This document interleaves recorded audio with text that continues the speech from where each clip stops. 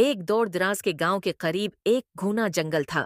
اس جنگل کے بارے میں کہا جاتا تھا کہ وہاں ایک خوفناک چڑیل رہتی ہے۔ گاؤں کے بچے اس جنگل کے قریب جانے سے ڈرتے تھے، لیکن ایک دن 3 بہادر بچوں علی، زینب اور حسن نے فیصلہ کیا کہ وہ اس راز سے پردہ اٹھائیں گے۔ بچے جنگل کے کنارے پر کھڑے تھے۔ درختوں کی شاخیں ہوا میں لرز رہی تھیں اور پرندوں کی آوازیں خاموش تھیں۔ علی نے اپنے دوستوں سے کہا، کیا تمہیں لگتا ہے کہ چڑیل واقعی موجود ہے؟ زینب نے جواب دیا، ہمیں خود دیکھنا چاہیے۔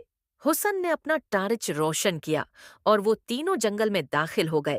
جنگل میں گہرائی میں جا کر انہوں نے عجیب سی آوازیں سنیں۔ یہ آوازیں کبھی قریب آتی تھیں تو کبھی دور۔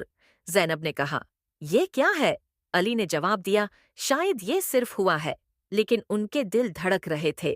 اچانک ایک سفید سایہ ان کے سامنے سے گزرا۔ وہ سفید سایہ ایک خوفناک چڑیل تھی۔ اس کے لمبے بال ہوا میں تیر رہے تھے اور اس کی آنکھیں سرخ تھیں۔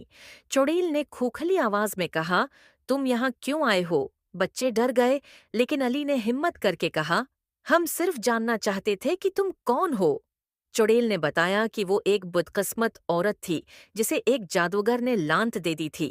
وہ صرف ایک مخصوص جڑی بوٹی سے ہی شفا مل سکتی تھی، ہی آزاد ہو سکتی تھی۔ بچوں نے ہمت کر کے اس جڑی بوٹی کو ڈھونڈنے کا فیصلہ کیا۔ انہوں نے جنگل میں تلاش شروع کی اور آخر کار وہ جڑی بوٹی مل گئی۔ جب بچوں نے جڑی بوٹی ہی آزاد ہو سکتی تھی چڑیل کو دی تو اس کی لانت ٹوٹ گئی۔ وہ ایک خوبصورت عورت میں تبدیل ہو گئی۔ اس نے بچوں کا شکریہ ادا کیا اور کہا، تمہاری ہمت نے مجھے آزاد کر دیا۔ بچے خوشی سے گاؤں واپس آ گئے اور اس دن کے بعد جنگل کا خوف ختم ہو گیا۔ یہ کہانی بچوں کی ہمت اور دوستی کی طاقت کی عکاسی کرتی ہے۔ خوفناک چڑیل کا راز حل ہو گیا